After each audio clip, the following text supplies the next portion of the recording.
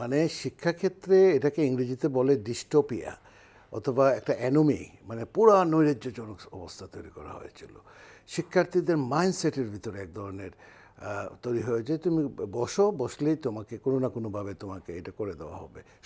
সব স্কুলে না, সব কলেজে না, আমাদের ভালো ভালো স্কুল এবং ভালো ভালো কলেজ আছে। এত সংখ্যক ছেলে মেয়ে নতুবা সুন্দরভাবে পাশ করলো কীভাবে, ওই যে মাইন্ডসেটটা, সেই মাইন্ডসেটটা থেকে আমাদেরকে বের হয়ে আসতে হবে। এবং সেই মাইন্ডসেট থেকে বের হয়ে আসার জন্য ন্যাশনাল লেভেলে আমাদেরকে পলিসিতে হাত দিতে হবে, ন্যাশনাল লেভেলে আমাদেরকে মেন্টরিং করতে হবে, আমাদের মেন্টাল হেলথ কাউন্সিলিং করতে হবে। কোথাও কোনো মেন্টাল হেলথের কোনো কাউন্সিলিং নাই। স্কুল বলি, কলেজ বলি, বিশ্ববিদ্যালয় বলি, মেন্টাল হেলথ বলে যে একটা বিষয় আছে সেটা নিয়ে কোথাও কোনো আলোচনা নেই।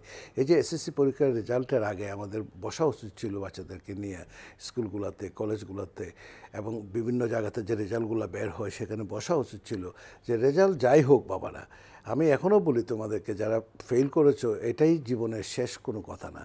তুমি একবার ব্যর্থতার শিকার হয়েছো, তুমি আবার পাশ করবে। জীবন অনেক বড় এবং সেই জীবনে অনেক কিছু করার আগে তোমার এসএসসি রেজাল্টটাই তোমার জীবনের সব কিছু না। তুমি যদি একটু চেষ্টা করো, তুমি আবার পরীক্ষা দেবে, আবার পাশ করবে এবং তুমি অনেক দূর পর্যন্ত যেতে পারবে। এসএসসিতে ফেল করার পরও বহু লোক আছে পৃথিবীব্যাপী নাম করেছে, সে যেতে পারে নাই। বড় বড় কবি সাহিত্যিক যারা আছে তারা এসএসসি পাশই করে নাই, নাম্বার নাই বললাম, আপনারা সবাই জানেন। আমাদের উপমহাদেশও আছে যে এসএসসির গণ্ডি পারও হতে পারে নাই। তাই বলে কি তাদেরকে নিয়ে এখন বিদেশের বিশ্ববিদ্যালয়গুলোতে, আমাদের বিশ্ববিদ্যালয়গুলোতে পিএইচডি করা হয়। সো এই পরীক্ষার রেজাল্ট নিয়ে তুমি সুইসাইড করবে, এটা তোমরা করবে না। এটা আমার একটা রিকোয়েস্ট তোমাদের প্রতি।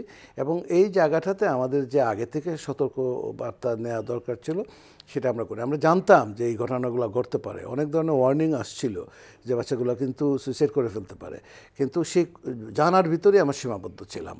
কিন্তু আমরা এখন এতটা চাপের ভিতরে আছি, শিক্ষা মন্ত্রণালয় বলেন, বোর্ডগুলো বলেন, এই যে 9টা বোর্ডে সবগুলাতে, আমাদের বিশ্ববিদ্যালয়গুলোতে, জাতীয় বিশ্ববিদ্যালয়গুলোতে বলেন যে বিভিন্ন ধরনের যে সমস্ত স্বার্থান্বেষী মহল এবং গোষ্ঠীগুলা এই গত 15-16 বছরে সব কিছু একদম দখল করে রেখেছিল, সেই জায়গাগুলো থেকে বের হতে আমাদেরকে একটু সময় লাগছে।